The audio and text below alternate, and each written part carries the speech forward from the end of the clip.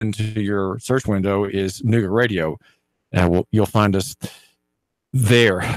There was a question about you might say my incomplete analysis about Sheriff Jim Hammond. I'm saying no, I don't believe that it's right for an effort so great. Well, let's back up here. There's been a call for the resignation of Sheriff Hammond over a death in the jail, and also over the beating of Charles Interstate Tax Tony on December the 3rd. And do I participate in that call? Well, if the volume of voices saying that were so great that the Sheriff Hammond felt pressured to resign on account of these things, I would say, well, that would be a good thing. That is, there would be such anger, such resentment, such bitterness against the sheriff for these two incidents, particularly the bad training that has allowed Blake Kilpatrick to beat this man. And while the other two deputies stood by and kind of just made note, as it were, mental note, not intervening, not saying let's do something different here, right? Because this was, after all, Blake's baby, and the other officers were not going to step on his toes out of professional courtesy. And they let him go forward for several minutes, some of which is captured on the smartphone video. If there was a great tide calling for the sheriff's resignation and then he resigned, I would be wholly for it. But there's not enough volume. Okay, there's not enough scale, I'm afraid, for this to take place, and it's not to be expected. And the sheriff said, no, I will resign only if I'm properly accused of something immoral, illegal, or unethical. That's his standard. And he does not view what his deputy sheriff did as fitting those categories. So the pressure is not great enough. And so I not that I'm not saying I would join it only if it seems sure to succeed. I'm not saying that, but I'm saying something a little different. I'm suggesting that changing the sheriff would not necessarily affect the good that is wanted. However, if there was a great understanding among the people and a great desire among the people, these things wouldn't be happening in the first place, right? If there was so much anger and such volume of calls for his resignation over these two incidents, the culture would already be so much different that we wouldn't have a sheriff that would let this happen in the first place. Okay, but we don't have that scale. There's not enough information among the people. There's not enough heart, if you will, among people like you, my listener, here in the Chattanooga area. Not enough heart, not enough understanding of the problem for there to be that much volume to make him feel, I just can't stay in office any longer. I've got to resign. Right? That would have to be a gigantic wave of anger. That would be protests outside of his office, people parking in front of his house when he got home at night for dinner, saying, "You've got to quit. You're the worst." Right? If it was that much, these things wouldn't be happening in the first place. Okay, so we have a problem in the culture that accepts violence. It accepts it, and people trained as they are in the Christian church to not care. I mean, Christianity in Chattanooga is of a kind which teaches you to not care about these things. And I'm afraid to say that. I'm a practicing believer, but my own people, if you will, the people with whom I identify, are taught to think that these matters are worldly affairs, and we are not to intermix ourselves in them. And so the culture in Chattanooga does not allow for a resignation of a sheriff over this incident. Had there been a different theology and a different outlook in these hundreds of churches in the most churched city in the country, the most Bible-favoring city in the country, this wouldn't have happened to begin with, because the sheriff would be so guarded against it. He would have changed already radically his training program, that would not have allowed Blake even to think that he could get away with what he was doing in public, in a parking lot in front of an apartment complex, that he thought he could get away with it, and that this was all proper and good and a proper assertion of his authority. It wouldn't have happened, right? He wouldn't even be on the force. So, given the fact that our cultural testosterone level, let's say, is low, okay, given the fact that you, my listener, have a low testosterone level on issues like this, and you're not too concerned about them, you kind of accept them as just part of life. That's just part of the public narrative, right, that we get in the news. We don't have a sheriff who is we don't have a sheriff who would so forbid this that these things wouldn't happen. But this did happen under our current sheriff. And though he is upset about it, no doubt, he's concerned about it, no doubt. He wants there to be changes, no doubt. He hopes to firm up policy, no doubt. He hopes to check policy, right, with his various divisions about what can we do to prevent this from happening in the future. There won't be major changes. And so calling for his resignation is perhaps a good relief. It might feel good that we call Jim Hammond to resign, but I'm not joining that because I don't think it solves the problem, okay? It doesn't solve the problem. Now, can we convince the sheriff, Jim Hammond, to work in that direction? Yes. And it's always by steps, okay? It's always by steps. The goal being respect for the individual and a proper limit on the use of power. The use of power that in our state, in Tennessee, and elsewhere, which have similar legal structures, that power be restrained, and that there be a continuing encouragement by administration of the officers to respect the rights of the people and not to use haste and not to use lines in the sand and not to use force of the kind that we saw exhibited in the Interstate Tax Tony beating. So, okay, and here we have this discussion between Dr. Eleanor Woods, the NAACP head, and, for example, Kevin Muhammad, who says that her appearing before two platform behind two microphones with either the sheriff and in the second instance on Tuesday at the church, David Roddy, the chief of police, that she is effectively a house Negro. That is what Kevin Muhammad, who is from the Nation of Islam, says. And I think Kevin Muhammad he has a very good point. He has a very good point. And in his Facebook quote of a couple of days ago, of yesterday, he said, "This is not about having access to the big house and having Moss's phone number, a pat on the head, a piece of fried chicken, and a hot buttered biscuit. We are at war." In his mind, he's much more militant about defending his own people than many others, than perhaps even Eleanor Jones and perhaps many others sympathetic to civil rights, sympathetic to Black people making their way further in the American economy, and he's making a demand which I think is very strong, and I want to hear what he has to say further. He says the NAACP is not king or queen of his race, and there has to be a clear separation. And so in his mind, I think Dr. Woods could have been there on the podium, but not in a chummy fashion, but in a respectful distance, right? A very strong distance, because her position should be there have to be reforms. We are calling reforms, and we want these things to end. So the question that the listener is asking me, David Toulis, is, well, okay, you're saying he should not be somehow forced out, right? And I've already explained why that's not going to happen. But let's say theoretically it could happen. And what my answer is, if I could just bullet point it for you here on the David Toulis Show. And the number, by the way, maybe you want to give him the answer. Maybe let you give the answer, yay or nay, on Sheriff Hammond. It is, of course, something here on Talk Radio we can debate, right? 800-8949. Or if you're in Red Bank, the number is 800-8949, David Toulis. And that is the number to get on the show if you have a comment or an interjection of some kind. We'd love to hear from you. Okay, well, number one, it doesn't solve the problem. And number two, there's an advantage in the following, that if Sheriff Hammond is chastened by this incident, you have someone who's less likely to repeat it, right? Or less likely to allow it to be repeated. When you're chastened and corrected, you have something in your soul. Your soul is steeled to not allow it to go forward again, right? You want to make sure that no one does this again. You're going to hold this man's actions up as an example of what not to do. We do not want another Blake, another Officer Blake, and his colleagues who stood around while it happened.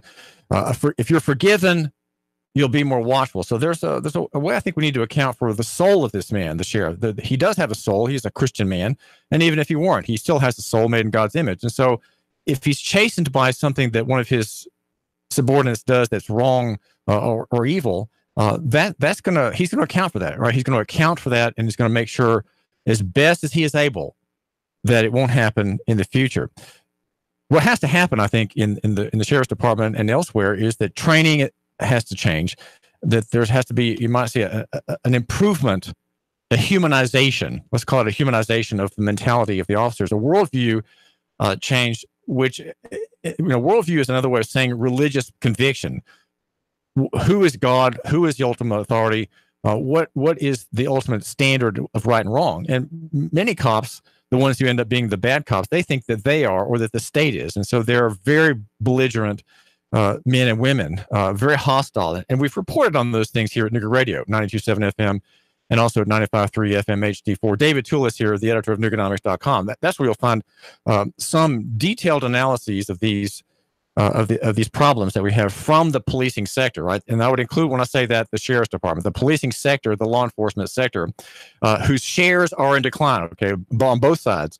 Shares are going down in public estimation. The number of applicants for police departments in the past 7 or 8 years is down about 60%. And that's because fewer and fewer people want to be cops, okay? And rightly so. Fewer want to be cops because it is a profession in discount. It's a profession that's sort of losing its panache, losing its social standing. And that's on account of the fact that you, my listener, have a cell phone, a smartphone, and that we now can record these interactions. We can record police shootings, police beatings, police gassings, police asphyxiations, and they're terrifying to watch. Even if you watch the video and in that particular case, a jury rules in favor of the defendant officer. 800-8949, 800-8949. So just finishing the checklist here, okay? Training has to change, and there has to be a change in worldview or religious commitment. And again, that's when I say religious commitment, I'm referring to that high ideal that the officer, that controls the officer's actions and thoughts. That, of course, is God if you're a Christian, but it could be some other concept. So that other concept, if it's too much less than God, you're going to have too much violence, too much abuse of the people here in Chattanooga and Hamilton County. And my name is David Toulis. I do thank you for joining me. If you have a new sheriff, well, who's it going to be? Okay, then you have another problem. Another man's baggage, right? Another man's training background, right? Another man's professional career. With all of its compromises, all of its ideals, all of its high hopes, and its principles, you have this new man come. And don't forget this also, that Sheriff Hammond, on another bullet point, that Sheriff Hammond is elected, okay? There is a nominal control that the people have over him. I say nominal because it's once every 4 years. And Sheriff Hammond was recently reelected. His competitor was an unknown official, an unknown employee of the city police department who ran against him, and he handily won that reelection bid. And finally, I would say about Sheriff Hammond, I would appeal to his Christian impulse and belief. And he's a practicing Christian, which means that his Lord and God and King and Governor is God. So ultimately, he is often, sometimes, not often, perhaps, but sometimes he has to weigh in his mind what God requires and what law allows, or what law requires. Sometimes there is tension in his heart and mind. And believe me, Sheriff Hammond, when those occasions come, he thinks very deeply and earnestly about what he has to do and what is the right thing, and what compromise can he make without offending God. I know that he does that. Okay, so we just have to count on that. He is subject to God for abuse. He is subject, I would suggest to you, to God for his abuse of any image bearer of God, such as Charles Interstate Tax Tony. So that's kind of the summary of what I didn't have occasion yesterday to explain that, and I wanted to make sure that if you were wondering about what I thought about why not, what the reasoning is behind it. And that's just a sketch. And again, the number to call the David Toulis Show, the number to call me here live on the David Toulis Show, which starts every day at 1 o'clock, is 800-8949. That's 800-8949. And I have a call on the phone now. What is on your mind? Caller, you're live on the David Toulis Show. What do we need to hear from you? Call me here live on the David Hello? Show. Yeah, go ahead. What's on your mind? Turn your radio down in the background, please. Oh, yeah. I'm sorry. I didn't realize I'd gotten through to you guys yet. Yeah, turn it off in the background. Thank you. All right, go ahead. Yeah, forgive me, but I'm having an issue with what I'm hearing right now, and the reason why I'm having an issue with what I'm hearing is because he keeps talking about he's got to find God and he's a godly man. Nobody gives a damn about him being a godly man. People are dying. Go ahead. We want to know about why this man is letting people die. I don't give a damn about what happens to him when he goes to heaven. I give a damn about the people dying.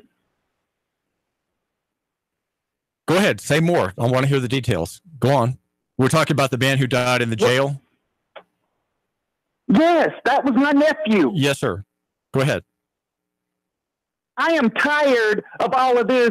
Well, let's care about what the sheriff has to say and what he thinks. I don't give a damn about whether the sheriff goes to heaven or hell. All I give a damn about is how he does his job. How he does his job on this earth is all that I can do about that sheriff.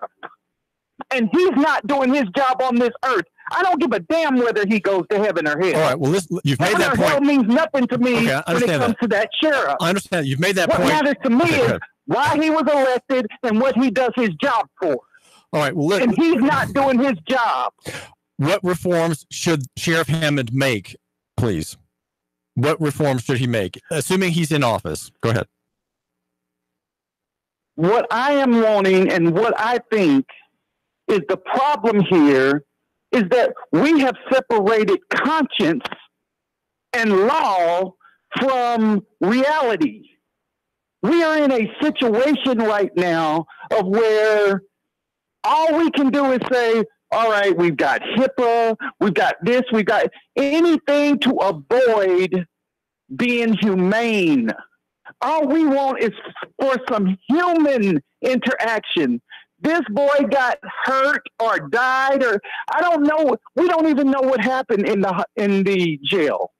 First and foremost, we don't know what happened in the jail. But no matter what happened in the jail, when you found a man unconscious in a jail, you need to call somebody in his family and say, you need to go to the hospital. You need to call somebody in his family and say, there is a problem. You don't wait until the man is dead to say, okay, well, now he's dead. Let's get a hold of his family. Call the next of kin. Yes, sir. Are you kidding? That's ridiculous. And it wasn't, like I said, it wasn't the county jail. It wasn't the sheriff. It wasn't anybody that got a hold of my family to say, your son is dying. The only person to get a hold of my family was a doctor at the hospital that could not perform a procedure until he got consent from the man's mama. That's the only reason we even knew he was in the damn hospital.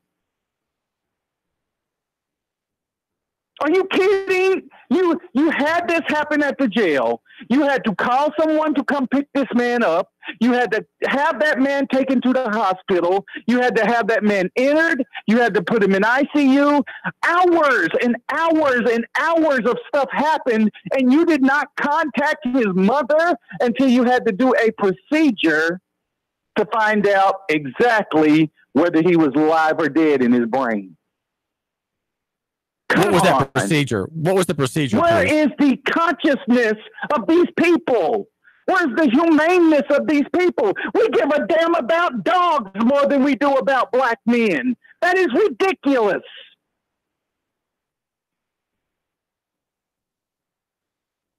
Well, I think my other listener, sir, and I do thank you for calling, agrees with you.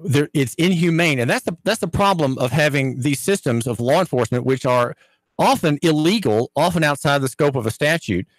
And there's no humanity. There's no sense that a person subject to arrest, let's say on a traffic stop outside the statute, has his own business, has a deadline to meet, has to get somewhere, has an appointment, and suddenly, without lawful authority, you're stopping that person on the side of the street on a traffic offense, and that person's not even subject to the statute. This is David Toulis, and we've been chatting with a relative of the man who died. What is his name again, please? Devontae Allison. Devontae Allison. We'll be back in just a minute. I've got some important messages. My name is David Kulis, and we are here at Nuga Radio. The number is 800-8949, 800-8949. I've got some important messages for you to hear. Hang on, be right back. 3,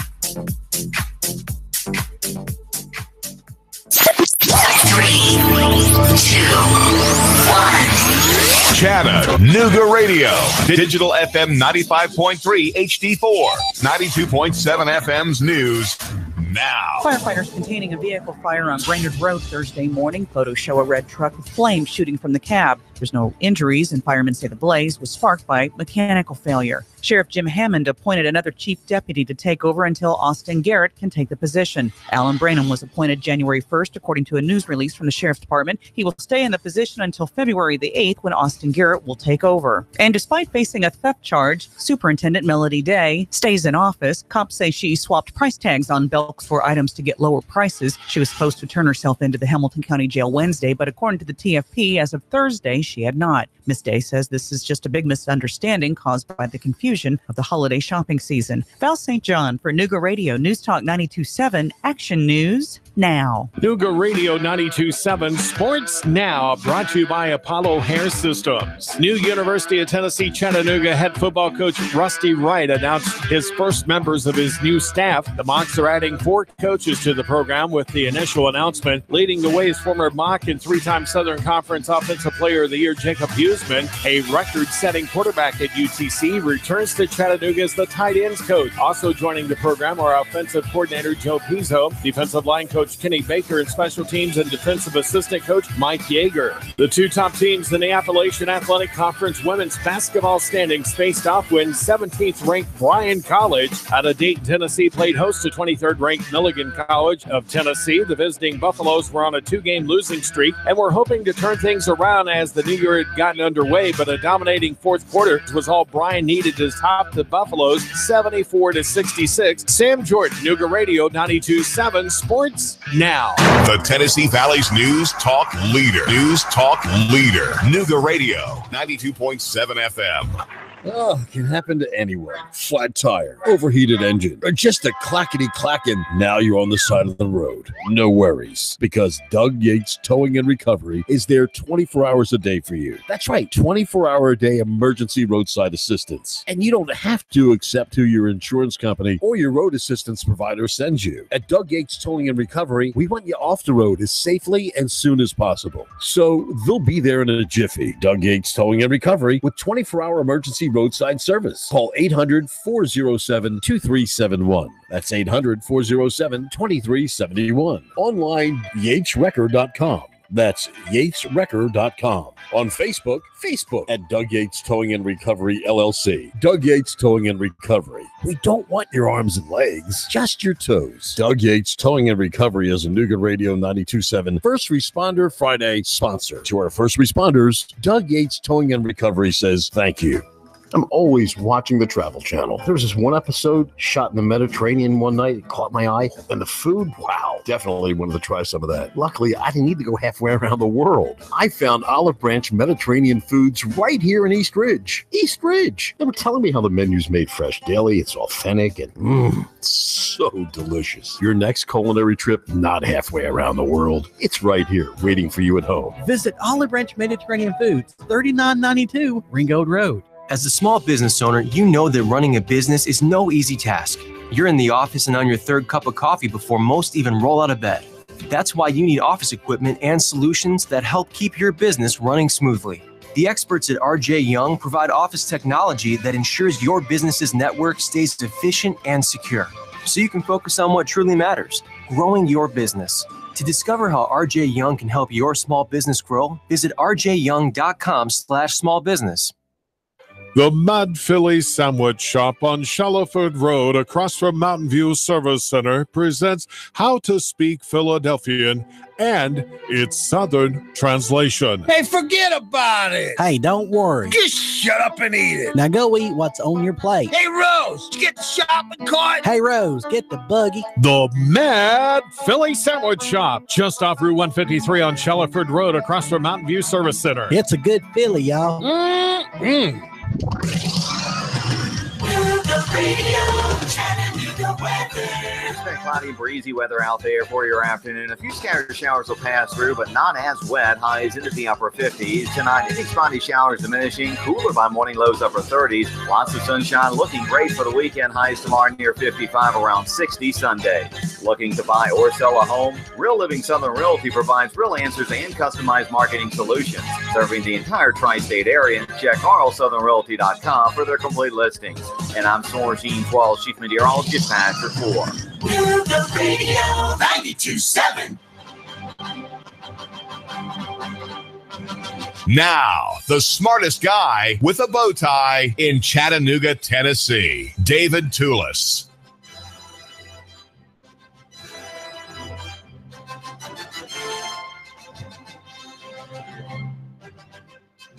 I have the whimsical argument that near is better than far, that small is better than big, and simple is better than complex. David Toulis here, David Toulis. And in the footnotes of 5-point type, now that's very small type. If you got your readers out because you have that one gray eyebrow hair and your wife keeps telling you to pluck it out or cut it, you get those readers on and look at 5-point type, my footnotes on my main argument here. And they are twofold. Personal is better than corporate, and physical is better than abstract. That's the theory of local economy and the free market, which I cover here on the David Toulis Show every weekday at 1 o'clock.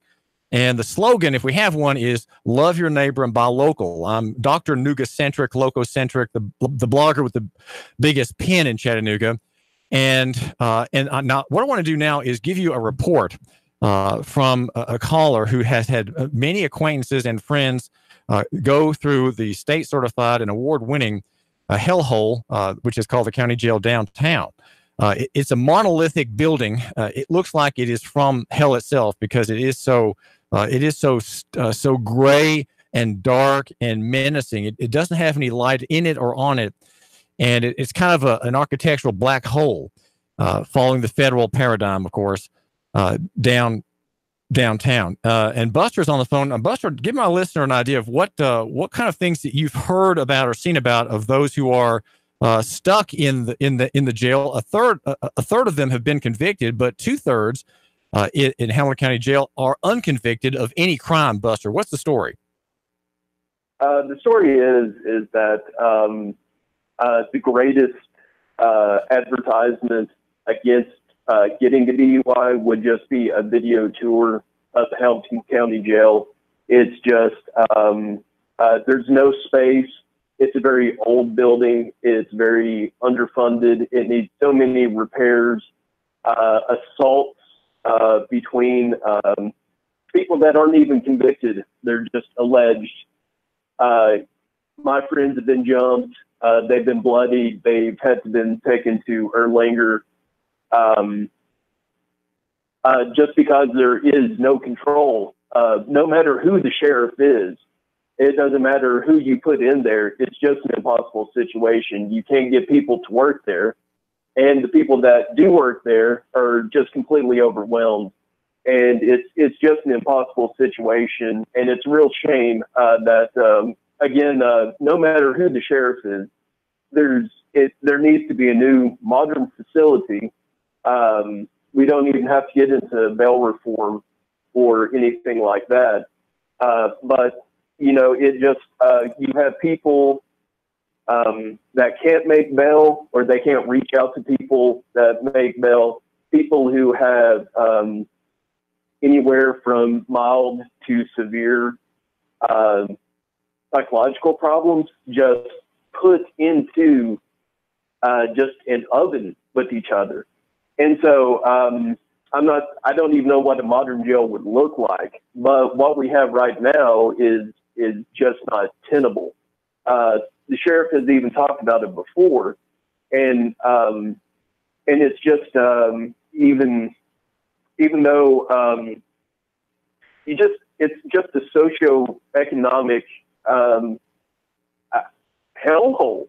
You know, you have people that just really don't know how to treat one another. You have people that are going through detox, cold turkey, on very severe substances, and they're just kind of left there.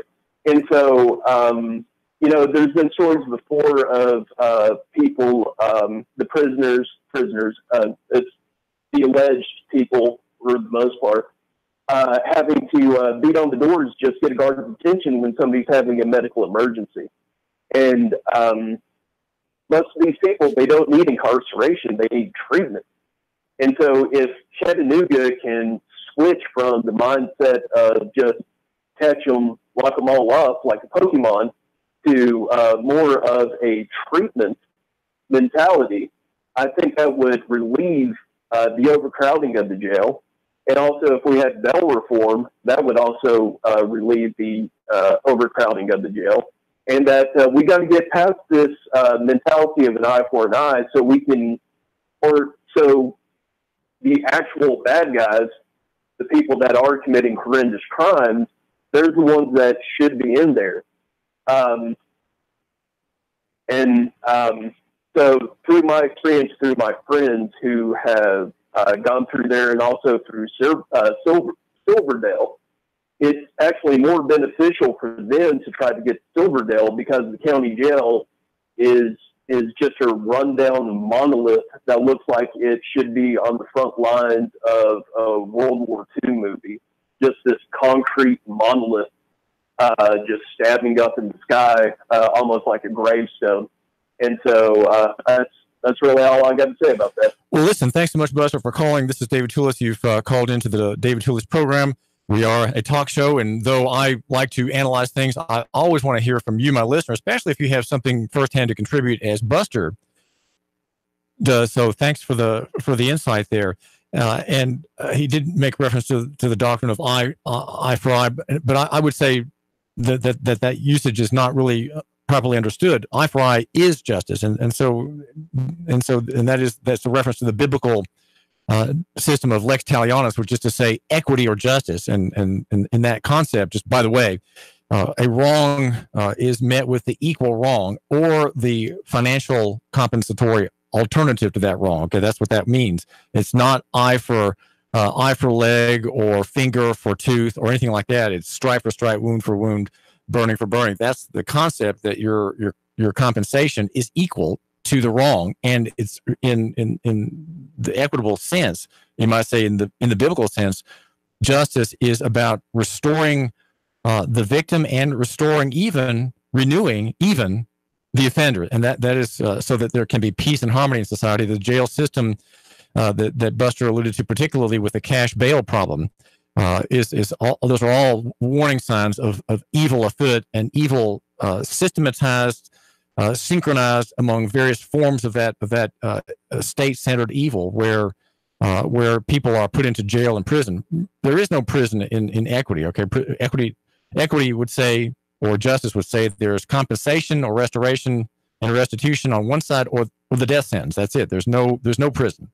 And so that the system that we all accept as good Tennesseans, right, as good Americans, has no warrant. Now, listen, there's a good story out on Nuganomics.com, but I think I may have omitted one fact. And the story, if you go there, make sure you be a subscriber to Nuganomics.com. It's from the latest CAFR, which is from Chattanooga City government. Daisy Madison has done a Herculean job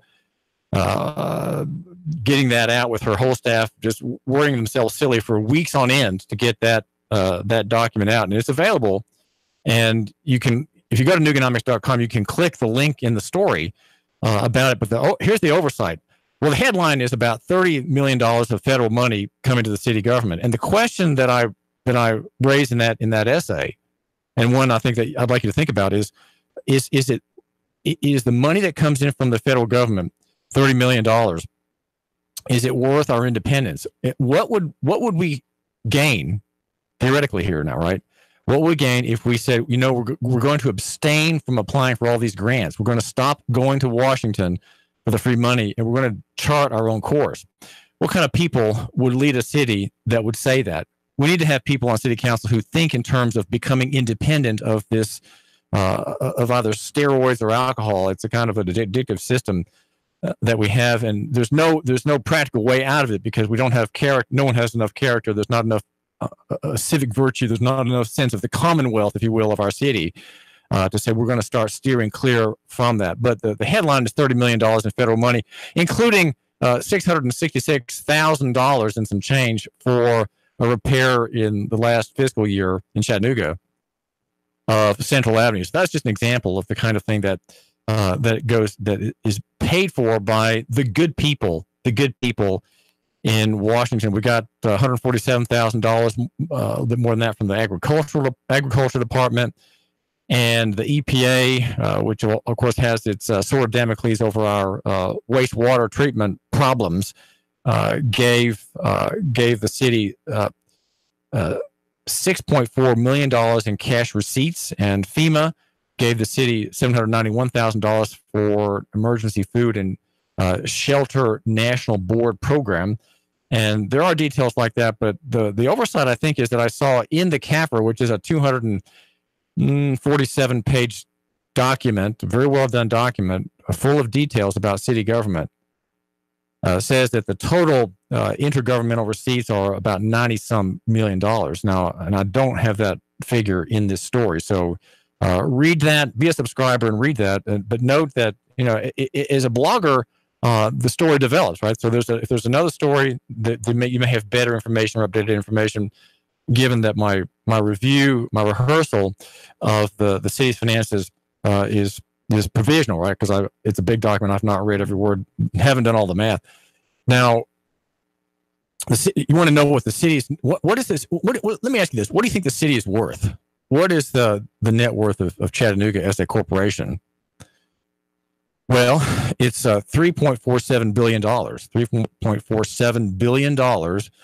And the city has liabilities in the direction of $1.4 billion. So the net position is $2.05 billion. The city's debt load went down last year over 2017 fiscal year, just by the way, 3.4%. So it went down to a total of $678.3 million. That's the debt outstanding, obligations to pay on bonds and the like. People making a profit in the muni bond sector to profit the city. The name is David Toulis, and caller, you're live on the show. What do we need to hear from you about? Caller, you're live on the David Toulis Show. What can I do for you? And so the amounts are very interesting. Now, where does the money come from, and where does it go? There's a chart in the tables in the back. I'm trying to think of the page number on the PDF, but it gives an outlay or layout, I should say, of the revenues and then the outlays. It's a very interesting figure, and that $94 million intergovernmental figure, quite much larger, 3 times as large as the figure I'm reporting today on Nuganomics, is in that accounting. So the city has, you pay property taxes, right? Well, should you grumble, or should you put UCC 1207 on your reserving all your rights on your payment? Maybe, maybe you should do that, because there are legal problems, I think, behind the collection system, since the collections are not done in lawful coin and currency, but only in this central bank script, the Federal Reserve note. There's a problem there. You may want to try to reserve your rights, but given that we're not going to go into detail on that, we could say that your tax payment due to the city trustee, I think it is going toward a heap, and that heap last year was $133.7 million collected in property taxes. So the tax payments of property holders, they're not owners, they're holders, since they don't actually own the property if you live in a corporation. They're holders of the property. They have a title to it, a kind of a use of the property in their name, $133.7 million. And the total given in the general revenues, in the general fund accounting, is the total of that is $146.25 million in actual amounts. And that includes, and the reason the figures, the difference is from pilot in lieu of taxes payments. For example, TVA pays, rather than paying property tax, it pays $1.94 million in payments in lieu of, right? So it's not a corporation like ours can't tax a federal business. Okay. So TVA graciously offers a kind of a voluntary payment of $1.9 million. Chatham had a payment in lieu of taxes of $64,000. The bread factory, just so you can get some of these numbers, about $12,000. And Gestamp Chattanooga LLC, payment in lieu of taxes, $292,000. Again, the total fees, how about this? Collection fees on delinquent taxes were $246,000 and change. So total property taxes paid by people like you, householders, property holders, $146.25 million. But the revenues are have other components, right? And this, what I really like about the CAFR, which is generally ignored by the press. Okay, I'm the only reporter in Chattanooga who's ever written about this. Our great ones in the press, Dave Flessner, at the Times Free Press, Judy Walton, outstanding journalists, David Carroll, John Wilson, who runs Chattanooga.com. They're all the leading journalists in town, right? They're the leading platforms in town. And they never cite the CAFR ever. It's just, I don't know why it is. No one seems to know about it except me. And I've written many stories about city finance and county finance on based on that material. The city's also collected in franchise taxes, $4.7 million. In liquor taxes, what do you think about liquor? Are we big on liquor purchases and tax payments? Well, it's $2.7 million. Beer, all right, is beer more or less than liquor? No, you're right. It's double. It's $5.6 million in taxes for beer. And the gross receipts tax is larger than any of those recently mentioned figures there at $5.7 million. So the total revenues are $272.58 million in the city. Building permits, looking over at some of the other sections, you'll like this. It's motor vehicle license fees are $411,000. And special gathering permits, $2,880. The record business licenses, you can't run a record service because it's a transportation industry privilege. And so, as I pointing out under Title 55, so the record business license, just the license, has brought in the last year $7,400 to city government. Building permits, quite a much larger figure in this one column here of actual amounts received, is $1.54. Well, $1.5 million. Electrical permits, $409,000. Again, not anywhere near as much. Getting down into transportation again, you've got taxi cab driver permits is $5,000. What about signs? I don't like the fact that we have sign rules at all. I think there should be chaos in signs, absolute chaos. We need to have an uproar. We need to have anarchy on signs. There needs to be all kinds of signs, wild and wacky signs. That's what makes the city interesting. But we have a sign permit structure, which brought in last year $137,325. Push cart permits. Yeah, I mean, this is, you read this and you see how interpenetrating city government and its claims for the marketplace are, right? We're talking here about the free market, or supposedly free market. Push cart permits are the actual amount, $100 last year. And the mobile food unit did a little bit better at $750, $750 for mobile food unit. And tire hauler's permit brought in $140. A tire hauler is also involved in transportation. The adult entertainment application fee brought in $9,600. Again, we're looking at the CAFR, the CAFR. The number is 800-8949 to call me. David Toole is here. 800-8949. Now, the intergovernmental revenues are $95 million. Scratch that, okay? $95 million total intergovernmental. Now, that would be direct payments from Washington and then direct payments to Nashville, and then passed along through sharing, if you will, with Chattanooga. The city court has also revenue and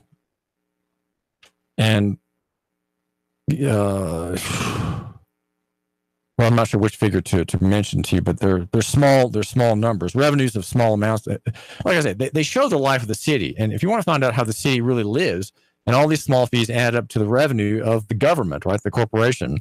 Ball field income, get this, $57,000. property rental revenue that the city rents out, $121,000. Skateboard park fees, yep, you got that too. Skateboard park fees at $27,008 golf green fees, $40. So that's accounted for by Daisy Madison. Swimming pool fees are at $108,000, a whopping $108,000. Police reports, well, you have a car accident and you would like to get a police report to submit to the insurance company. Well, you pay, how many bucks is it, $5 or $6? It's $12,000, more or less, gained by that department, showing up in the CAFR, the CAFR total revenues for city government at $282 million with some, it's actually, you want the whole number? Okay, well, you're going to hold me to the whole. Okay, $282,186,872. So again, the ballpark is $282 in total revenues for the city, and that's in a chart that goes on for several pages. And then there's money going out, and we're gonna maybe get back to that. This report is, let's say, rich and giving you a sense of the life of your city. You belong here, right? You live in Chattanooga, you live in Hamilton County, and if you don't, if you're just passing through, you should move here. You should think about moving to Chattanooga. It's a wonderful place to live. So reform is needed on numerous points, and we've got to get to work. We've got to get busy. David Toole is here, Nooga Radio. 3, 2, 1. Chattanooga Radio. Digital FM 95.3 HD4. 92.7 FM's news now. Cops say they caught a man trying to break into a car at an apartment complex just a few blocks away from the downtown precinct. When they tried to take him into custody, he pulled out a pepper spray bottle and spritzed one of the officers in the face. Cops say they tackled him and tased him. He was identified as Justin Connor. He was hauled off to jail. He has an extensive criminal record going back to 2005. Firefighters put out a vehicle fire on Brainerd Road Thursday morning. Photos show a red truck with orange flames. Say the blaze was sparked by a mechanical failure. Chattanooga police confirmed one person was killed in a crash on Thursday night. The CPD says it happened on South Holtzclaw in East Main. At least one person hospitalized in unknown condition. The Chattanooga Police Department's traffic division is on the case. Russell Stroud, Nooga Radio News Talk 92.7 Action News now. Sean Hannity, weekday afternoons from 3 to 6 p.m. on Nooga Radio 92.7 FM. Nooga Radio 92.7. Nooga Radio, Chattanooga weather.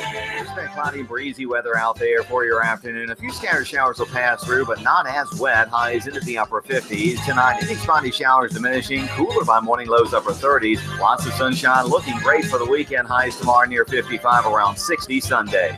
Looking to buy or sell a home? Real Living Southern Realty provides real answers and customized marketing solutions. Serving the entire tri-state area. Check rlsouthernrealty.com for their complete listings.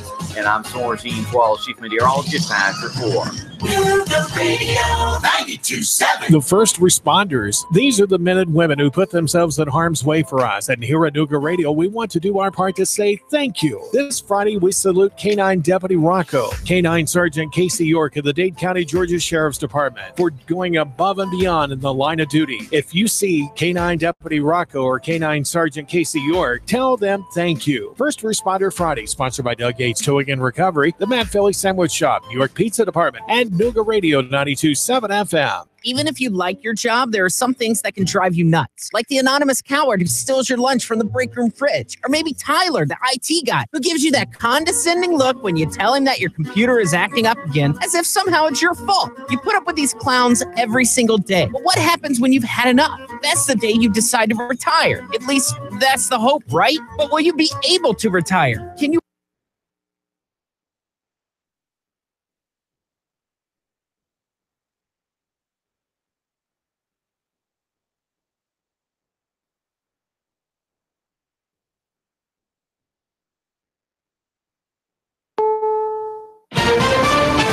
This is CBS News on the Hour, sponsored by ZipRecruiter. I'm Pam Coulter. A 2-hour meeting that just wrapped up at the White House doesn't appear to have brought President Trump and congressional Democrats any closer to a solution on border wall funding that would reopen the federal government. CBS's Stephen Portnoy is live with the latest. Well, President Trump, who's speaking now in the Rose Garden, just called it a very, very productive meeting. He says the negotiations have come a long way. Democrats emerged from the Situation Room and told reporters that they pressed the president to allow the affected agencies to reopen. Top Senate Democrat Chuck Schumer says Mr. Trump resisted. He said he'd keep the government closed for a very long period of time, months or even years. Still, House Speaker Nancy Pelosi says some progress was made in today's talks. When you have better understanding of each other's position, when you eliminate some possibilities, if that's a judgment, then we made some progress. Live from the White House, Stephen Portnoy, CBS News. Administration officials believe a drone strike killed one of the terrorists behind the bombing of the USS Colon 2000. Republican Pat Roberts says he won't seek re-election in 2020. He served in Congress since 1981 for Kansas, first in the House and then the Senate. An investigation is underway into yesterday's fiery highway crash near Gainesville, Florida, that killed 7 people, including 5 children. 2 tractor trailers, 2 cars, and a van were involved. Highway Patrol Lieutenant Patrick Rorden says homicide investigators are helping to determine what happened. Absolutely, we will be looking into the drivers and what contributions or causes they were involved in. The NTSB is not involved in the investigation because of limitations imposed by the government shutdown. Houston authorities have released an artist sketch of the suspect in the fatal shooting of a 7-year-old girl and wounding of her mother. CBS's Janet Shamlian has more. The family's attorney believes it was a hate crime. We do believe that it was racially motivated, in part because our nation at this moment is a highly racially charged society. LaPortia Washington was driving daughter Jasmine and her 3 sisters to grab coffee Sunday morning when the suspect opened fire on their car. Jasmine was shot in the head and died immediately. Her mom was hit in the shoulder. 2018 ended with a BAFO report on jobs. There were 300,000 new positions created. And stocks right now are rebounding after yesterday's huge drop. The Dow is up 709 points. NASDAQ is up 267. This is CBS News. ZipRecruiter, the smartest way to hire. ZipRecruiter's technology finds qualified candidates for businesses of all sizes. Try it for free at ZipRecruiter.com/free. Don't miss Macy's One Day Sale with over 25,000 deals of the day in-store and online, like women's wool blend and down coats 60% off, and boots and cold weather shoes 50% off. You'll love designer pillows at just $6.99. Plus take 20% plus an extra 15% off blenders, juicers, and food processors. And plan the vacay with 65% off luggage closeout Friday and Saturday at Macy's. Savings off sale prices, exclusions apply. Macy's Star Rewards now offers perks everyone can love, no matter how they pay. Sign up for free in-store or at Macys.com/Star Rewards. Indeed knows finding the right hire takes time away from your business. Hiring a qualified data engineer felt like a second job. More job seekers use Indeed than any other site, so there's no better place to find someone with the skills you're looking for. I needed someone with a master's in computer science and database experience. Plus, Indeed screener questions help you find your shortlist fast. Now I'm back to having just one job. Get a $50 credit to give your first job posting premium placement at Indeed.com/credit. Terms, conditions, quality standards, and usage limits apply. Additional terms online. A new study shows the cost of workplace fatigue. Workplace fatigue. We all know it exists. A new study says nearly 60% of manufacturing employees suffer fatigue on the job. And there is an economic impact, says Laura Cavuto of the University of Buffalo. The cost is about $130 billion a year in productivity losses, in addition to other costs related to injuries and illnesses. The study suggests using technology to help solve the problem. One possible method, have workers wear sensors to help determine when they get tired. Steve Futterman, CBS News. National Geographic Channel has put a hold on Neil deGrasse Tyson's Star Talk series amid sexual misconduct charges against the popular astrophysicist. New episodes won't air during an investigation. Tyson has denied the allegations by 2 women and says he'll cooperate with the investigation. Pam Coulter, CBS News. 3, 2, 1. Chattanooga Radio. Digital FM 95.3 HD4. 92.7 FM's news now.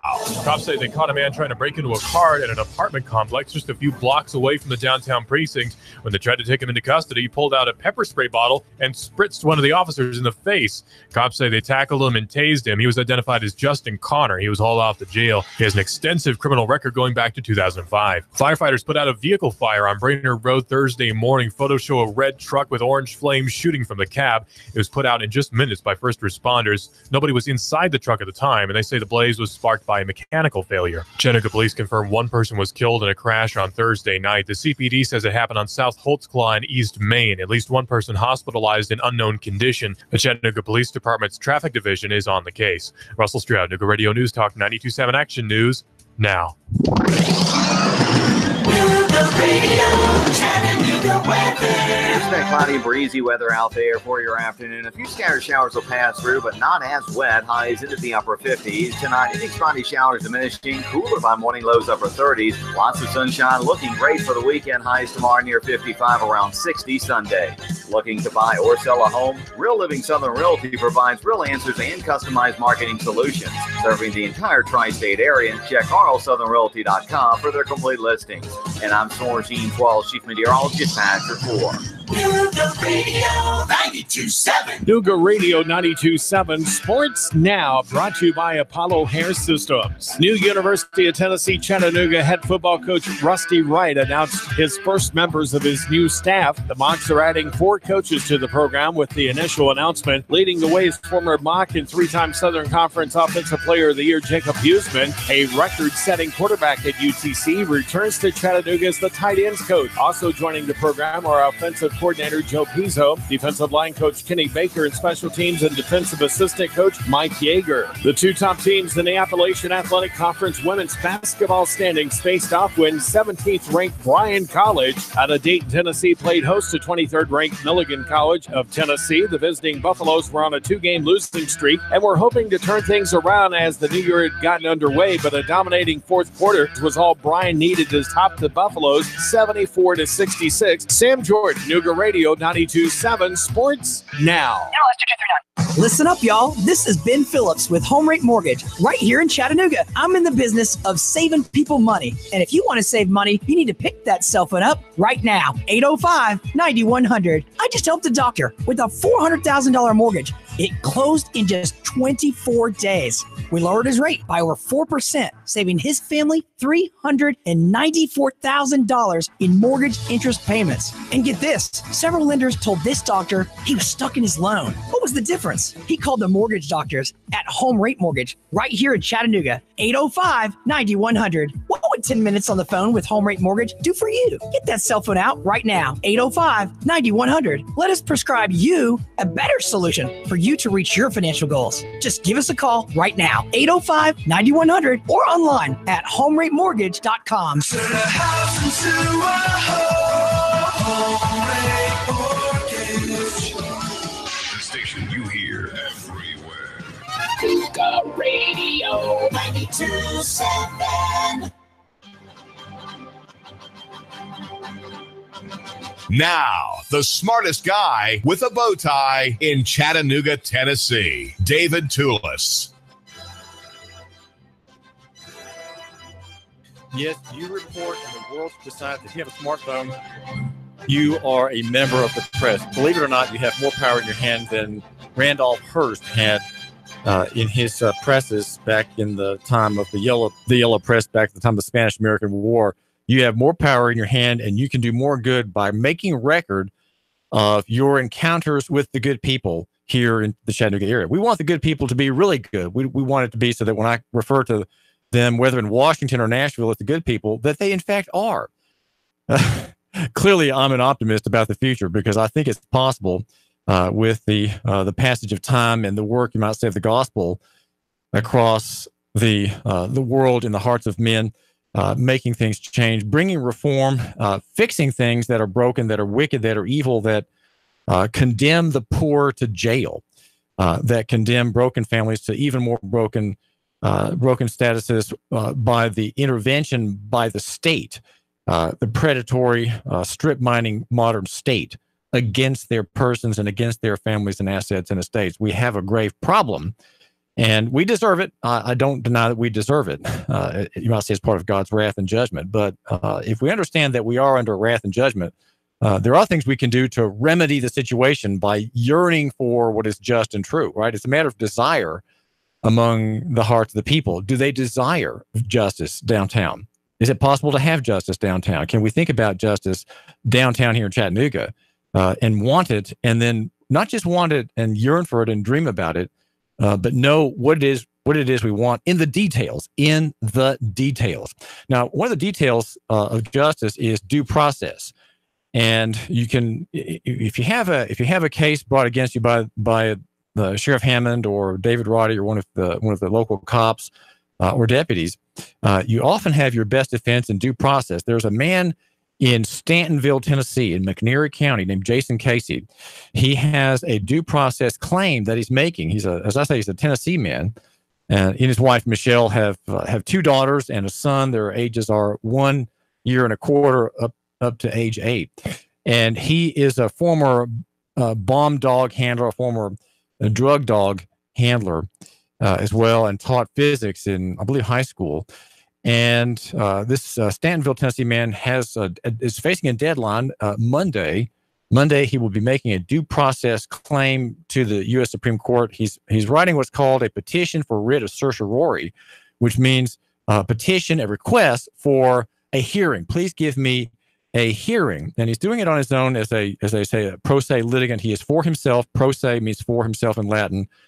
And he's working diligently to meet the deadline to get that claim up there. It's on due process, and the venue, the area of battle is the traffic stop. Now, this one that he's contending against took place in Raleigh, Mississippi. Jason, tell my listener what it is. What's the due process claim that you're making, and how can you bring, if this case is accepted, how can you bring relief to other people like my listener? Okay, well, let me just give you the little story first. Well, I'll start with the actual trial. 2 months prior to trial, I asked them for the statute they're relying on. Well, what is it? Back up a second. Was it a traffic stop? What happened on the road, first of all? What happened? Yeah, it was a driver's license checkpoint. Ooh. Well, that's what the officer claimed several times at the checkpoint. For some reason, I'm not really sure why, probably some legal thing, somebody told them, don't call it a driver's license checkpoint, call it a safety checkpoint. Because in trial, when I said driver's license checkpoint, they objected and said, no, it wasn't a driver's license checkpoint, it was a safety checkpoint. I haven't really figured out, much really what's the difference. I guess maybe they have authorization to do, quote, safety checkpoints, but they don't have authorization to do, quote, driver's license checkpoints. Go ahead. So, yeah, 2 months prior to trial, I asked them for the statute or ordinance they're relying on to prosecute me with. It was left unanswered. And so I show up at trial and I say, well, what statute are you using? And the judge said, it's common knowledge. And the prosecutor said, you could have looked it up on the internet. I mean, why do I have to look up why they're prosecuting me with? Then it's really a guessing game too. So I'm like, well, how can I even plea without knowing the statute to plea to? Their response was, well, we understand where you're coming from, Mr. Caissie. We'll call that a not guilty plea. And then, then the prosecuting attorney was able to ask all the questions he wanted to the cop. And when it was my turn, I show up and, right when I flipped my first page, the prosecuting attorney looked at, this was close to 5 o'clock too. They're already the end of the day. Started everything at 4, and they, pushed everybody out in like 2 minutes apiece. And they saved me for last. And then, so anyway, I flipped my first page, and the prosecuting attorney pointed to my papers and he said, "Are you going to ask all those questions?" And I said, "Yeah." He said, "Well, we can't allow that." And then they said, "If you want to ask all those questions, we'll save it for a full trial in a court of record." And then they charged me to go to this full trial. They charged a $500 cost bond and a $1,000, what they called an appearance bond. But come to find out, technically it's not an appearance bond because when you show up, they don't give it back to you. But so basically, I had to pay upfront $1,500 just for the opportunity to probably get the statute that they're charging me with, and to get the opportunity, the first opportunity to cross-examine the officer. Well, couldn't you have rejected that? And Jason, could you not have said, "Look, I'm not going to pay you so that you can accuse me in a court of record"? Why? Yes, I properly objected at that time. Okay. And they ignored it, and they just said, "Hey, you want a full trial?" That's what they called it. Those are the exact words. You want a full trial?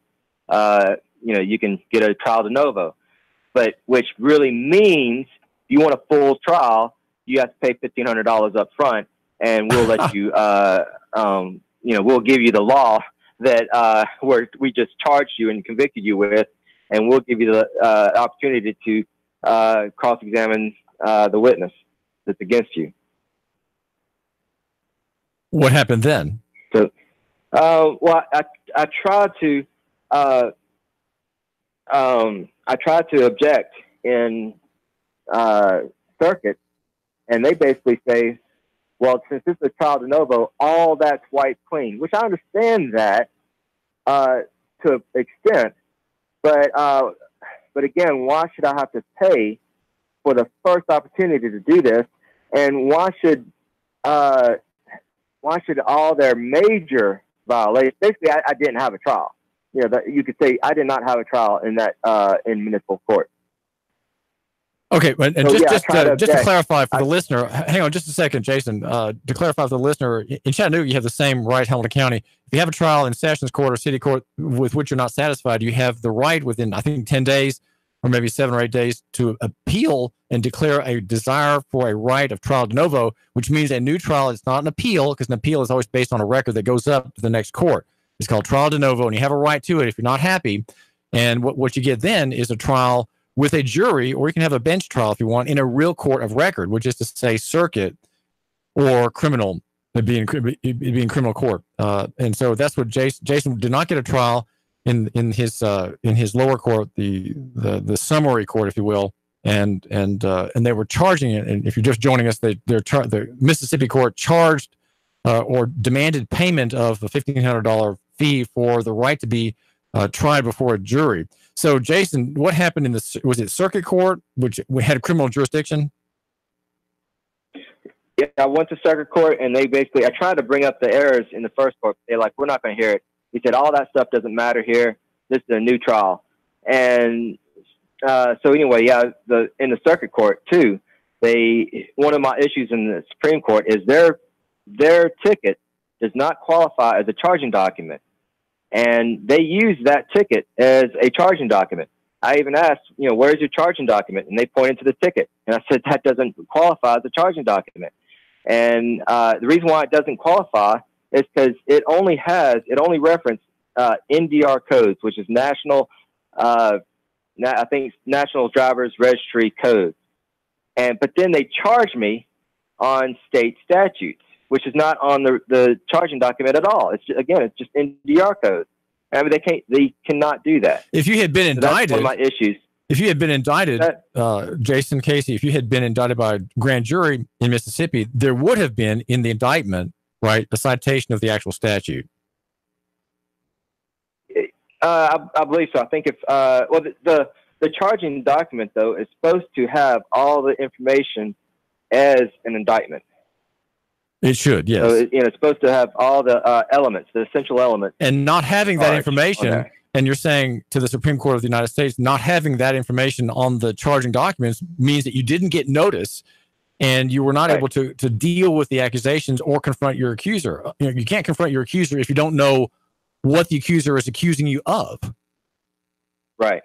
Yeah. I mean, I'm jokingly say this, but this is true. I might be guilty as heck, but I like to see the statute so I could co-plead it to find out, if I'm guilty or not. You can't just give me it's like if someone charged me for not wearing a orange vest. Well, and so you say a game warden comes around my house, says, you're not wearing an orange vest. Here's a ticket for not wearing an orange vest. Well, if you're right, I'm not wearing an orange vest, but show me the statute so I can actually look at it and see if I'm actually, maybe I might not be required to wear an orange vest at this point in time. So, but I'd like to at least see it so I can properly argue my case. Right, and what you're dealing with, Jason, is the problem of notice. A good law, a constitutional law in Mississippi or in Tennessee has clarity, number one, and so therefore, if it's clear, the subject of the law, the person who's supposed to obey it, knows what to do, what he's required to do, or knows what he's not allowed to do, and that's why statutes are sometimes overturned for vagueness. So if it's not vague, it's clear. And the reason is the virtue isn't it being clear is that it gives you notice. It tells you what's expected. It gives you a heads up. Hey, watch out over here in this area, whether it's fishing or using a car. Here are the rules, and you'd better honor them. So the Mississippi system you're suggesting didn't give you fair notice of what's expected, and didn't make clear the accusations against you, Jason Caissie of Stantonville, Tennessee. Correct. Well, all right. So tell my listener a little bit more about the whole idea of due process. What are you saying to the Supreme Court? Why should the Supreme Court hear your petition? It gets hundreds of them. It rejects thousands every year. What is the winning argument for you? Well, when you do a writ of certiorari to the Supreme Court, you can't really say, "Hey, you can't style it like, look at all the problems in my case." You have to pretty much style it as, hey, Mississippi or this state is just doing an injustice to everybody. Look at the crazy injustices they're doing. I can't quite hear you very well. Can you speak up? Okay. Jason, I'm not hearing you very well. One of the things when you style a writ of certiorari to the Supreme Court, you can't say, look, this is all the problems in my case. I mean, you can mention it, but it's more of a styling it to, hey, this is all the injustices that's going on in Mississippi. And so please answer this because, for the sake of justice, we need to get an answer. So my first question is basically, do the Mississippi tickets qualify as a charging instrument when they only reference NDR codes and they have no statutes on them at all? And so that's my first question. My second question is, I show that a license is actually a tax receipt to do business activity. And in that, my ultimate question is, is the state violating another one of their Supreme Court rulings when they charge me greatly in excess of the original tax imposed? So, for instance, if the tax of a driver's license is 1 penny a day, well, they shouldn't be able to charge me $500 without without evidence of me doing anything willfully or wanting to do anything against the law. They have to basically prove that I willfully and wantonly violated the law. Okay, you're saying that. And are you talking about a driver's license here or a tag on the back of the car? No, a driver's license is a tax. Right. It's proof of a tax receipt to do business activity. And that's so I do propose that in my writ of certiorari. So you're making in your petition to the Supreme Court, at least obliquely, the argument for the right to travel. And you're saying that your right of travel was impeded by this checkpoint. And they are accusing you of, was the initial accusation that you didn't have a driver's license and you were traveling, or what was the accusation? Well, at this point, I'm trying to stay away from the word, right to travel. I don't want to make it really even though this argument would just clear up a lot of stuff for the right to travel. This argument would be like, if they went ahead and said, yes, you're right, it was a greatly in excess of that tax, well, then that just, automatically it's another win for the right to travel movement because it shows that a license is a tax receipt to do business activity. So you are using the license, the travel argument, but indirectly, and you're saying that there's a tax. There's a tax. Yes. Are the accusers saying you didn't pay the tax, or that you didn't pay the tax, and we're going to quadruple tax you by our penalty? What exactly is happening there? Yeah.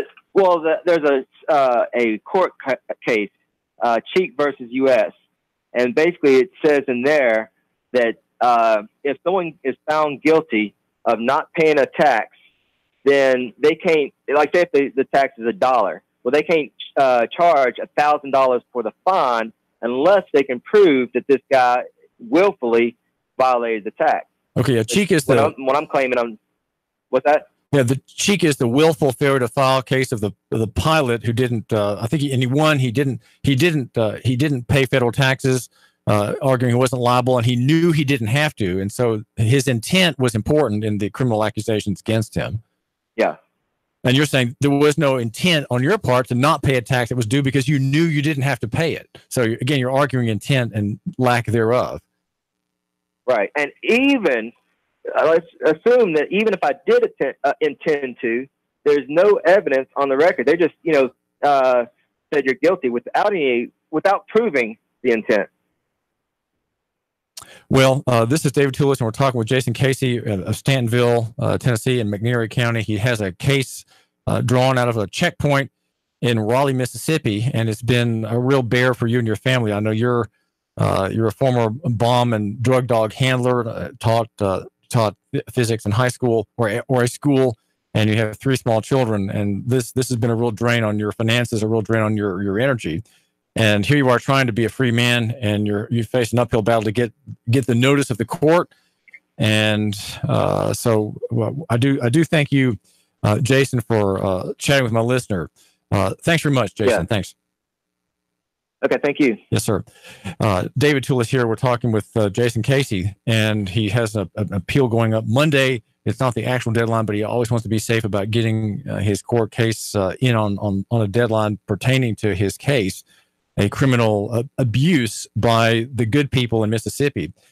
And he's making the argument about travel. Now, I have something I wanted to get to today, and I don't know that I can, but in a nutshell, the argument it's about how can we make Chattanooga a stronger town. I want you to hear stories like this because it is in this kind of defiance of abuse, of you might say of the law, that we're going to find more freedom. And he has to think that he's acting representatively. And in his petition, he's saying, look, I don't want you, the high court, to just fix the problems in my case. I want you to see that thousands and thousands of other people face the same abuse as I do. So he has to find the elements as the basis of his appeal, which affect large numbers, which are a large or gross injustice to many, not just to him, but to many. So that's part of why he can't bring up the right to travel argument, because it's not just that.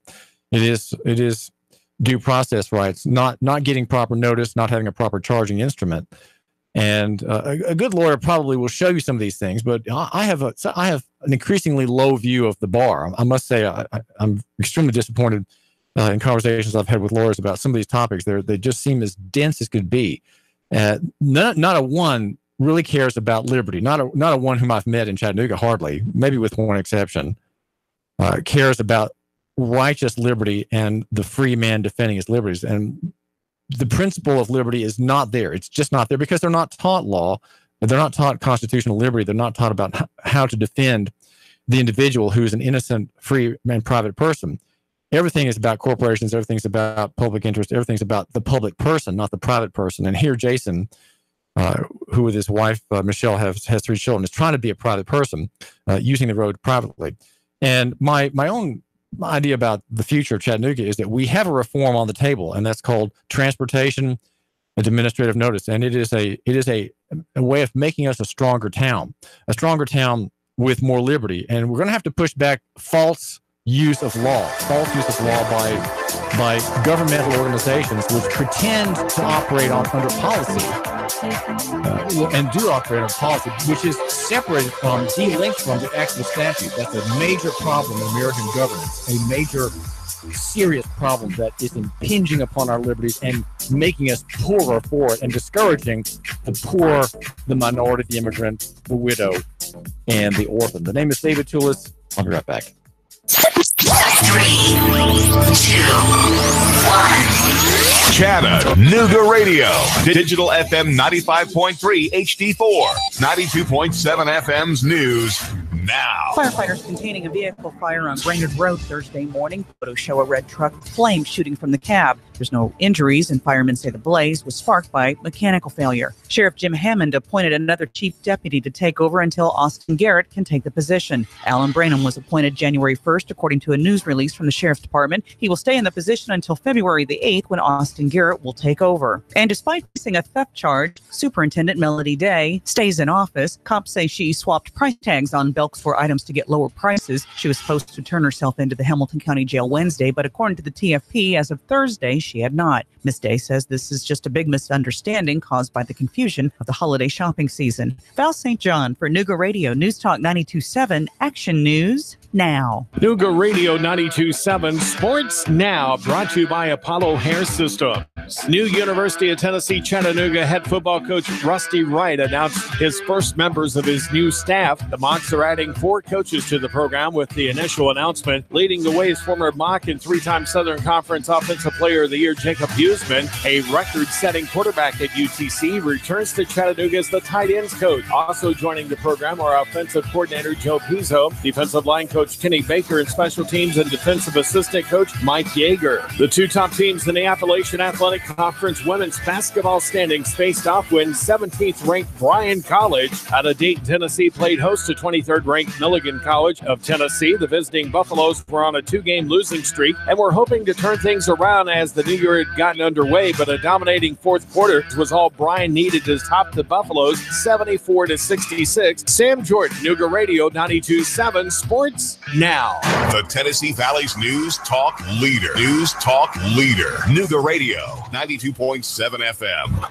Oh, can happen to anyone. Flat tire, overheated engine, or just a clackety-clacking. Now you're on the side of the road. No worries, because Doug Yates Towing and Recovery is there 24 hours a day for you. That's right, 24-hour-a-day emergency roadside assistance. And you don't have to accept who your insurance company or your road assistance provider sends you. At Doug Yates Towing and Recovery, we want you off the road as safely and soon as possible. So they'll be there in a jiffy. Doug Yates Towing and Recovery with 24-hour emergency roadside service. Call 800-407-2371. That's 800-407-2371. Online, yatesrecord.com. That's yatesrecord.com. On Facebook at Doug Yates Towing and Recovery, LLC. Doug Yates Towing and Recovery. We don't want your arms and legs, just your toes. Doug Yates Towing and Recovery is a Nuga Radio 92.7 First Responder Friday sponsor. To our first responders, Doug Yates Towing and Recovery says thank you. I'm always watching the Travel Channel. There was this one episode shot in the Mediterranean one night. It caught my eye. And the food, wow, definitely wanted to try some of that. Luckily, I didn't need to go halfway around the world. I found Olive Branch Mediterranean Foods right here in East Ridge. East Ridge. They were telling me how the menu's made fresh daily. It's authentic and so delicious. Your next culinary trip, not halfway around the world. It's right here, waiting for you at home. Visit Olive Branch Mediterranean Foods, 3992 Ringgold Road. As a small business owner, you know that running a business is no easy task. You're in the office and on your 3rd cup of coffee before most even roll out of bed. That's why you need office equipment and solutions that help keep your business running smoothly.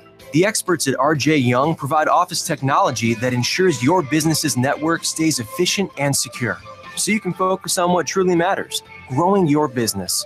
To discover how RJ Young can help your small business grow, visit rjyoung.com/smallbusiness. The Mad Philly Sandwich Shop on Shallowford Road across from Mountain View Service Center presents How to Speak Philadelphian and its Southern translation. Hey, forget about it. Hey, don't worry. Just shut up and eat it. Now go eat what's on your plate. Hey, Rose, did you get the shopping cart? Hey, Rose, get the buggy. The Mad Philly Sandwich Shop, just off Route 153 on Shallowford Road across from Mountain View Service Center. It's a good Philly, y'all.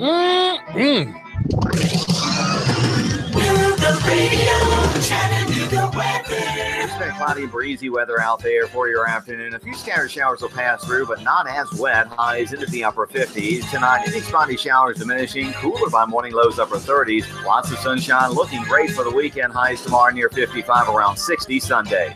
Looking to buy or sell a home? Real Living Southern Realty provides real answers and customized marketing solutions. Serving the entire tri-state area. Check RLSouthernRealty.com for their complete listings. And I'm Soren Jean Twelve, Chief Meteorologist, Patrick 4. Chattanooga Radio 92.7. Now, the smartest guy with a bow tie in Chattanooga, Tennessee, David Toulis. I've been listening to a very interesting lecture, very interesting podcast from strongtowns.org. Strongtowns has an interview in a recent edition with Chuck Marone with the man who runs neighborly.com. Neighborly.com is a local-centric local economy platform in the muni market. Okay, that means in the municipal bond market. What's happened in that sector is that there are gigantic profits to be had in a centralized economic forum where debt is bought and sold, where cities and counties and special districts like sewer districts and electrical utility districts put money, borrow money. They put out a promise to pay, and that is bought by investors, and then they get the money up front to build their infrastructure. And the bond market is very, very highly centralized and does not allow for local-centric, or in our case, Nooga-centric investing, where you, my listener, can invest in a bond, a small bond, let's say for $500,000 to build a park, okay, or to build, if you're in a small area outside of Chattanooga, or to build a bond for, let's say, internet service in your area. You're not being properly served. You'd like some broadband. You have a broadband ambition. Is there a way that you could issue a bond, borrow money in the open market, and have it up front to pay for infrastructure like that? So what Neighborly does, as Chuck heard from his guest, is provide money on a small scale where the buyers can be local people. This is something I'm very excited to hear about, because I've been talking about local-centric financing for a long time, and in fact haven't talked about it maybe in 3 years. Okay, my show is about 6 years old now here on Nooga Radio. And I talked a lot about it earlier because it just wasn't really possible to see that, even though there has been a change in the federal statute that does allow for some local economy type investing. It has a long ways to go still. And so the founder of this platform is all about having community-owned broadband network creation by borrowing on the muni market. And the problem is what he calls, now I really like the phrase that this man used.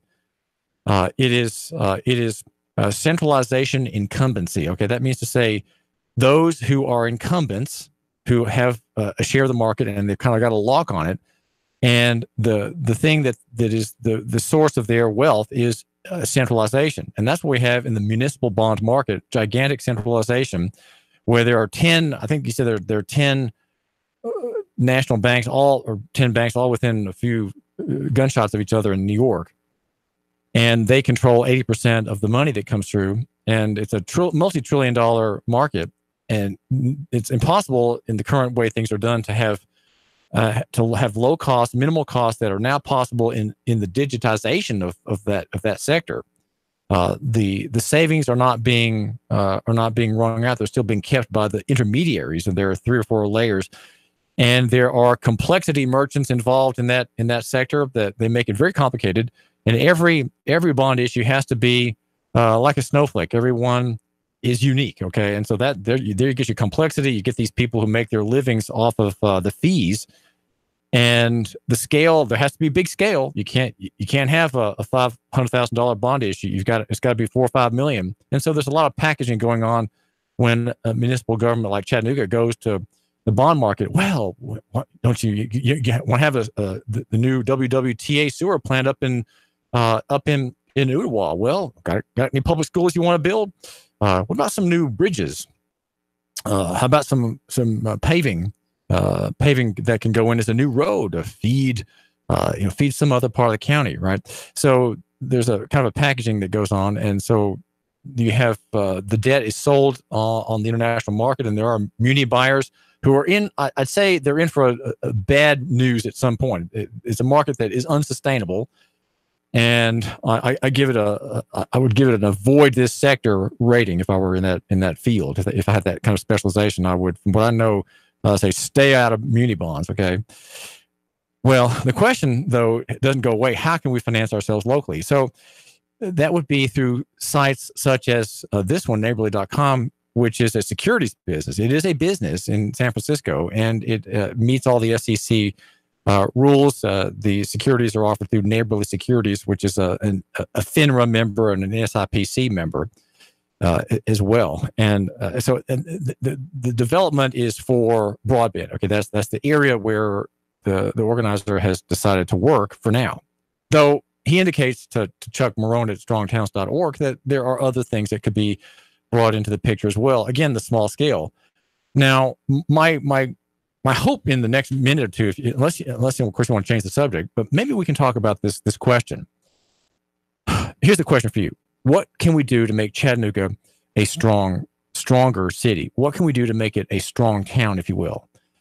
And there are numerous things. We heard from one of the relatives of the man who died, Devontae Allison, in the county jail, a very angry man who was grieved that his family didn't hear about Mr. Allison's pending death until it was almost upon the family. And he had to, the county had to get a signature under the HIPAA statute, which is the government can see all your private business statute called HIPAA, the Privacy Security Act. And a signature had to be gotten. And that's how the family found out about this man who was near death, from a jail catharsis or some kind of medical personal mishap in his body.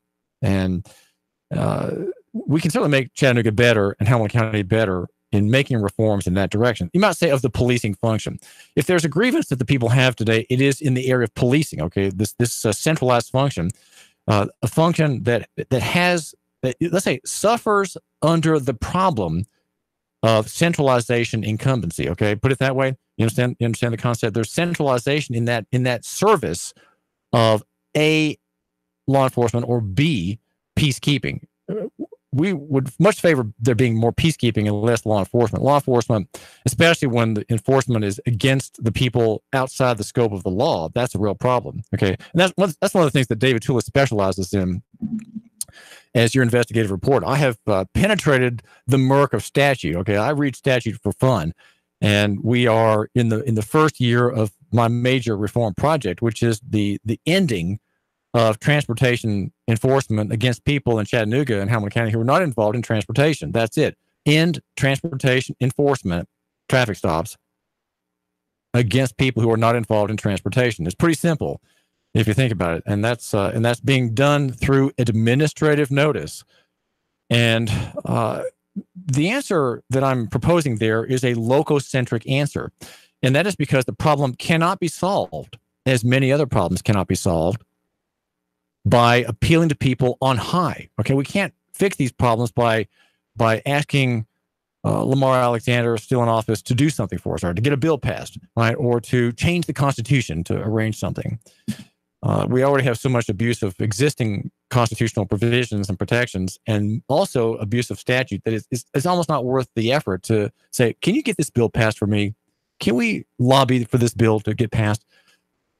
Or can we get President Trump to do something? Or can we get the governor, the new governor, pending Governor-elect Lee, to do something? Those are processes which don't work anymore, right? They've been put to death. They've been anesthetized in their value by their repeated use. And we have now, thanks to that very process of politics, we have a politicized economy. We don't have a free market economy in Tennessee or in the United States. And the answer to getting back to a freer economy is local action against centralization incumbency. That's a great phrase. It's not original to me, but it comes from the people who run neighborly.com, which is about getting into the municipal bond market and taking advantage of people who are willing to lend for a small local project. And that the people who are the lenders, or the people who are the recipients of the cash up front, that is the bond, that is the payment on the bond, they can be investors as well. That's the goal of local-centric investing. I had some time ago proposed that we have a house here in Chattanooga, a kind of a security, not a securities house, but a house of investing. And I there are people who are thinking in this direction as well as I am. And that would be allowing small investors like maybe you with $1,000, or the woman in the house next to you, the widow, right? She's got $500 she'd like to invest in some local project. How do we make it so that she can invest with some supervision of the investment proceeds going the right way, a small amount of money in a local business? How do we do that? How do we have a local-centric investing platform that lets you take that money that you hopefully have gotten off of Wall Street, right? You need to not be on Wall Street. And you're liquid. Well, how do we invest locally? How can someone like you invest in my radio station? How can someone like you invest in the local bike shop that wants to expand and rent the next door part of the building in which he finds himself, which is going to raise his rent by almost double? How does he get capital for that? Okay, that's the question that I'm asking. And so I would say that part of the way of making Chattanooga better is in this question of getting capital is thinking small and thinking locally. And that's the whole argument that the strong towns advocates make. And I'm a strong town advocate. I was one even before I knew about that group, even though it has been in existence now 10 years. And I've been at the radio talk show business 7 years or 6 years. I had not heard about them until a couple years ago. But the idea is having local solutions for problems that are created by national centralized systems. 800-8949, 800-8949 is the number. Or if you're in Red Bank and need a little help, it's 800-8949. Red Bank is under audit for this year, by the way.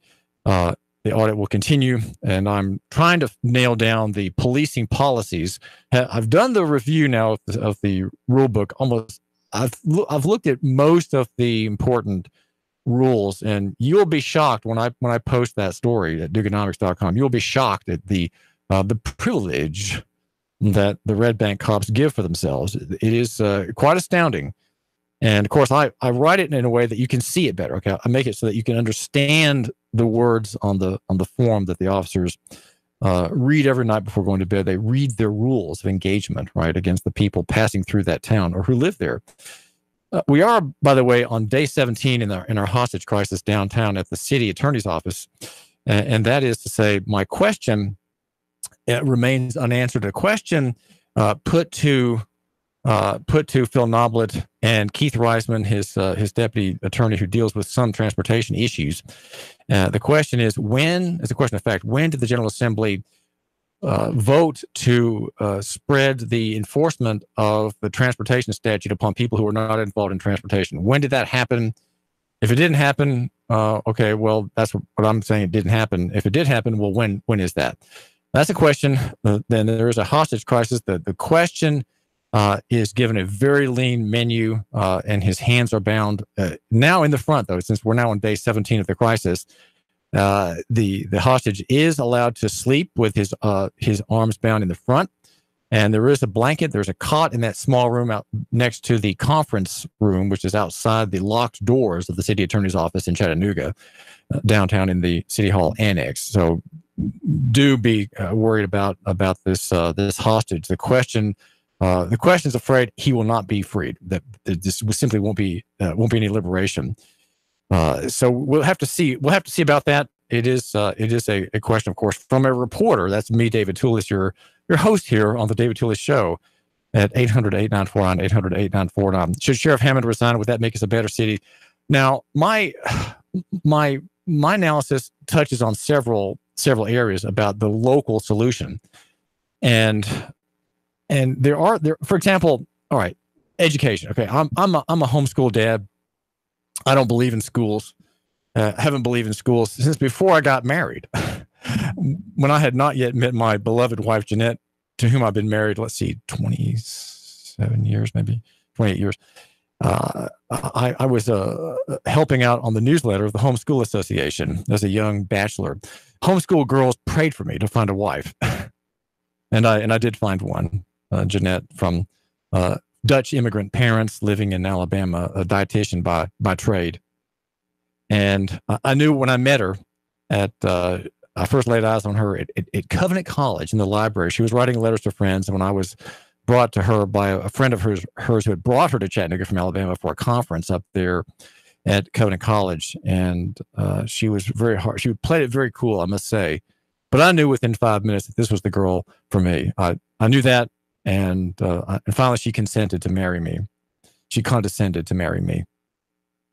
But I'm a homeschooler. And so my view of education is that it's best done by people who care, not by state employees who have a state license. The fact that they have a state license to be employed by county government in the school system is a sign of their ineptitude, a sign of their small brain, a sign of their willingness to submit to brainwashing, which is what the licensing process and the courses required for certification do to you. They shrink your brain and they shrink your spirit. They make you a servant of state policy, not someone who cares and loves a topic or a subject. Some people get through it, of course, without too much scathing, but I would say most school teachers are scathed.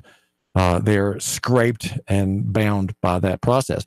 Now, to avoid the problems of centralized educational systems run by counties and states, we've been homeschoolers. We've been patrons of private providers of all kinds of things, from books, protocols, software, systems of learning.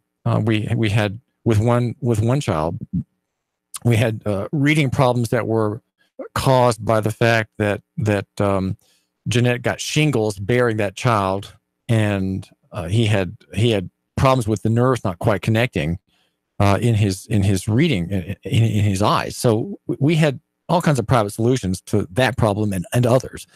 So there you have a highly decentralized solution to a failing but widely accepted system of educational services, state controlled, and I'm afraid to say blessed by Christian people. It's amazing that Christian people somehow support public education. If Christian people would just fear God and love the Lord Jesus and dropped their patronage of the free system, right, that system would collapse in a year. It would be gone probably in 5 years. It couldn't sustain itself, and the tax base for it would dry up in that time. But we don't have that. We have strong support for Christians by Christians for public schools. So we have this cartel upheld by the dupes who are the patrons, the so-called Christian majority, the moral majority here in the county.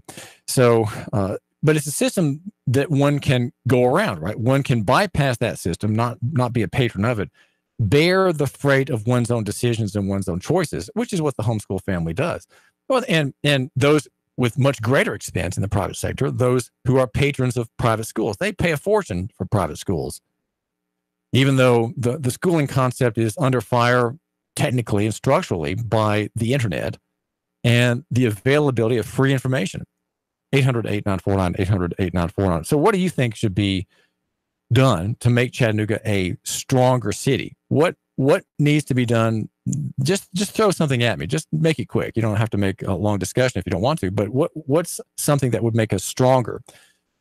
And would it cost the government to do anything? Would it raise taxes? Generally, I'd say that the remedies I favor and that I want you to think about are ones that don't cost taxpayer money. Though a moment ago, I was mentioning the muni bond sector. There, you are, of course, requiring the payment of the bond to be done by taxpayers. That is in the taxed sector. So I'm not being a purist in what I'm saying, because I recognize that some things do require payment through compulsion through the property tax, and that in the neighborly.com idea of small scale bond issuance, you do count on the power of the corporation, the town corporation or the county corporation, to extract money from the property holders to pay the bond holders, right? The people who are buying the bond, seeking a profit in the loan repayment schedule. And so not everything, of course, is totally in the free market and totally voluntary. But you see the point, right? The point is that you have what I would say in the local economy argument. You have multiple small bets versus a few big ones, and that's the main idea I think that Chuck Marohn espouses at strongtowns.org. And I do suggest you become a member there. I'm not a member yet, but I was looking at the payment window a couple days ago, so I'm about to break down and pay my $25. The poor editor. That's what I'm the editor, David Toulis editor, right? Don't have a lot of money. Poor writer, right? Scribes and bloggers and scribblers are poor by definition, and that's me. So $25 for a membership is tough. It's tough to think that I got paid that to be a member and support. But multiple small bets versus a few big bets. That's my argument here on the David Toulis Show. Less intervention and more local initiatives, like less people coming down, just sending with the law and telling us what to do, and more things springing up from the breasts of local people getting together, like you and your neighbors, figuring out a solution for the widow down the way there. David Toulis. 3, 2, 1. Chattanooga Radio, digital FM 95.3 HD4, 92.7 FM's news now. Cops say they caught a man trying to break into a car at an apartment complex just a few blocks away from the downtown precinct. When they tried to take him into custody, he pulled out a pepper spray bottle and spritzed one of the officers in the face. Cops say they